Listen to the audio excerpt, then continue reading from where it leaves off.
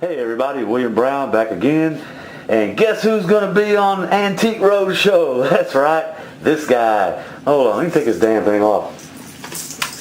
Yeah, so anyways, our local Democrat Politburo or whatever, I don't know how much money went under the table to get PBS to bring Antique Roadshow to Austin, but it's coming, and the episode will be this fall. Okay, so here's how it all goes down. Let's run down the whole little experience to you. Man, it's hot in here. It's hot inside this thing. I've been calling him Elroy. I'll tell you about Elroy here in just a second. Okay, so you sign up for it, online and all that. So I did all that, and I completely forgot about it. And like a few months later, I got tickets in the mail. So me and my old lady, we're going to Antique Roadshow. Well, to get in, you got to bring at least one antique, up to 2 antiques per person plus your ticket, right? So we get antiques. We got our tickets. We get up this morning. We cruise on down there. And we were in one of the early batches with the 9 o'clock batch.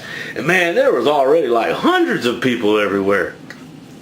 And what you do is you get into like this one great big line. And then you mosey, all through these S-curves until it's your turn. They get up there and you show them what you got and they classify it. And I had, where'd the little statue go? Oh, well, fuck that statue. It was junk. It's only 75 years old, right? And it was bought in Afghanistan, but it was actually manufactured in Nepal. And so it was like a double import. It got imported into Afghanistan and then from there to the United States. And I brought Elroy here. Now, okay, the statue got placed under ancient art, and Elroy got put under tribal art, right? Now, one thing I noticed when we first got up there, to get pointed to the table to go to, the two of the ladies that work with Antique Roadshow, they got real excited when they saw it, and they're like, man, both of them were like, this is the most interesting thing we've seen all day. And it's like, man, there's hundreds of people all over the place with cool shit, right? And Elroy was like the most awesome that they saw. So I started feeling pretty good about it, right? So I get classified, get the little ticket there for, tribal arts.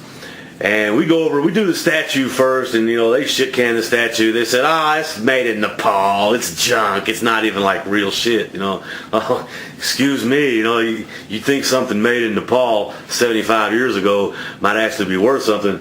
But, it wasn't even really worth talking about. Dude looked at me like I was something stuck on the bottom of his shoe. I'm wasting his time, right? So we hop over in the other line. And I dropped Elroy up on the table, and that old boy, the suit sitting behind that table, his eyes got big, and then he kind of like got all chill, and he was like, so tell me what you know about it. And I said, well, I know it's at least 100 years old, and it's from Rwanda. It's a fertility mask. And he goes, okay. So he starts asking me, how I came about having it and all that, and yada yada. I run down my little spiel to him. He says, all right. He says, well, let me look up something. He pulls his laptop over. He's looking all close. He says, follow me. So we jump up. He's hauling ass, right? My old lady, she's on her walker. She's behind her. She's trying to keep up and everything. So we follow it behind. They got this little section sitting over here with just a few chairs in it. And he says, sit right here, and somebody's going to be out to talk to you. And the first thing that popped in my head was like, because there's this big movement going now of countries that want their relics back. So I'm like, I'm thinking in my head, fuck! The somebody that wants to talk to me is going to be like somebody with a badge. And me and Elroy will be parting company. I'm like, fuck, I'm nervous as shit. And you can't smoke in there either, and I'm about to climb the walls. So finally they come over. Okay, well, let me back up a little bit. The people sitting next to me, this is a trip. I'll just throw this in there because it was a pretty cool story. She had this Japanese kimono cabinet. It was made out of teak wood with silver and copper and these little ceramic inlays. It was awesome, man. And she had paid $1,500 for it. And she thought it was worth somewhere between $5,000 to $6,000, right?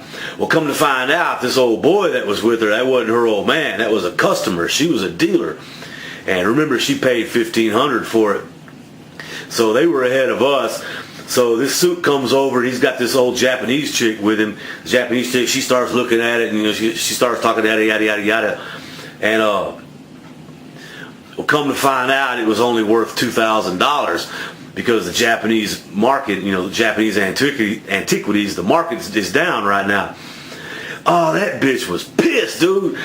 She was mad because she already had it sold to this guy. If it was worth the $5,000 to $6,000, this old boy was going to buy it. And it's only worth $2,000, and he didn't want it. And it's like, so it's worth a paltry $500 more than she paid for it. Me, I'm like, the fuck you worried about, bitch? It's $500 more than you had. But whatever. She was mad, man. She had these other antiques, and she's slamming them in the box and everything. She's all pissed off. So we sit there, and man, I'm just about to crawl out of my skin, right?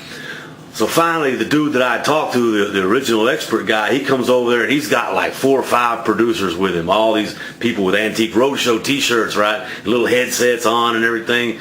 And they're excited, man. They were like, oh, let's see it. I pulled Elroy back about the bag, right? They're all looking at it, ooh. And I go through the little spiel again, the story behind it and all that.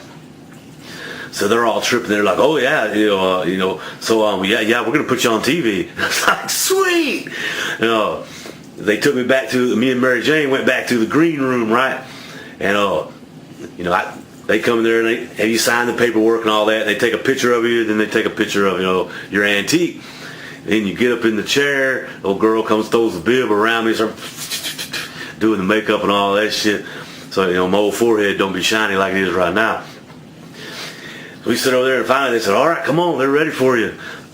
And the guy that I originally had talked to in the tribal arts line, he comes up, he shakes my hand, and we go over there. Well, you've seen the show on TV, right? How they got the little table there? Well, first they had to find a pole big enough to stick Elroy up on to have him eye level with us. So it's the 3 of us talking. Me, this cat John, and Elroy, right? Elroy's in the middle. So, we're waiting for them to get the cameras, and they're hooking the microphone up to me and everything. And they're getting the cameras all lined up, and they got it set up in a circle. What they do is the camera goes from one little table to the next, full circle. And they're already at the table right next to mine. They're getting ready to do it. He's telling me, we're just going to look at each other. Don't even look at the camera or anything. Act like it isn't there. I'm going to ask you questions. You can ask me whatever questions, anything you want to know about it, right?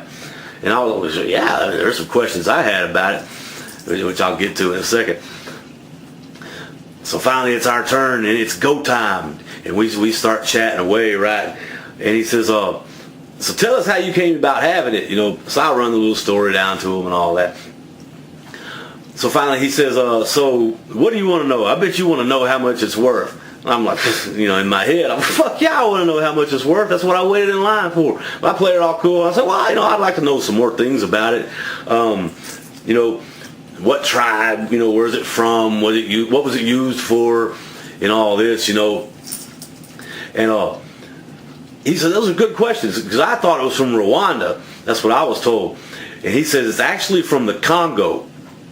And it's at least 114 years old. He says 1900 would have been the absolute latest date that it would have been made. So yeah, Elroy here, he's pretty old.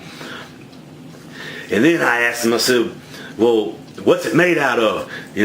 And in my head, I'm like, come on, human skin. And he's like, well, it's monkey fur and, some bronze and wood and shells and seeds. I'm like, damn, man, no human skin. That's how they roll over there. And they will chop you up and make cool shit out of your parts, right?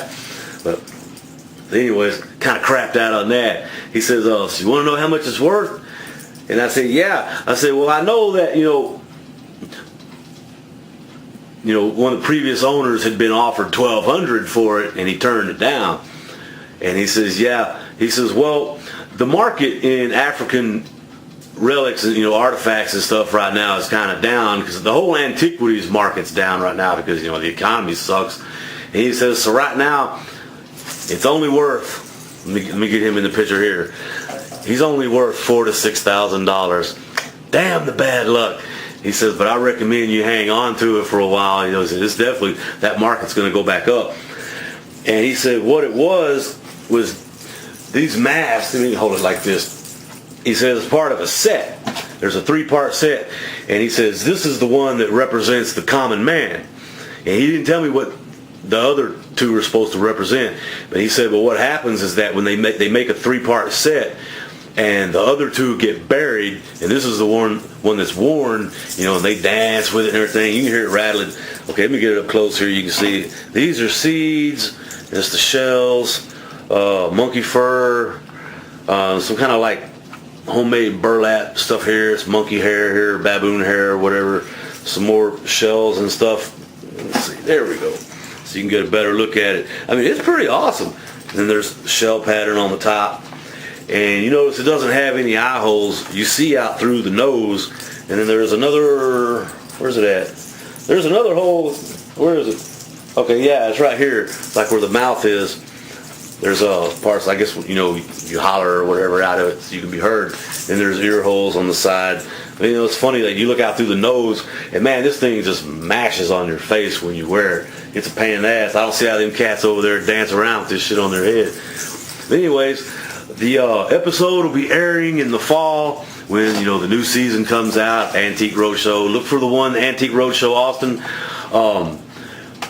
There was like, shit, all in all, several thousand people had to have gone through there with stuff. I would say maybe not even 5% get picked to be filmed. And then once they get them all filmed, then they pick the best out of the best, right? And that's the ones that they make the episode with.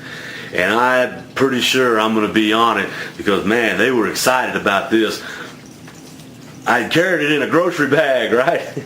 And I noticed that every time I took it out of the bag and was carrying it around like this, I mean, you walk by and people would just stop and turn and stare at it. And then as soon as you walk off, then they finish their conversations. So it was kind of a trip. But yeah, old Elroy here, me and Elroy, we're going to be on Antique Roadshow this fall. So y'all tune in and check that shit out. It's on PBS. It's like the only thing on PBS worth watching, especially if you're a smoker, right? Anyways, peace out, and with it, man, whatever God you worship, bless you abundantly. Yeah, I'm stuttering because I haven't done this in a while.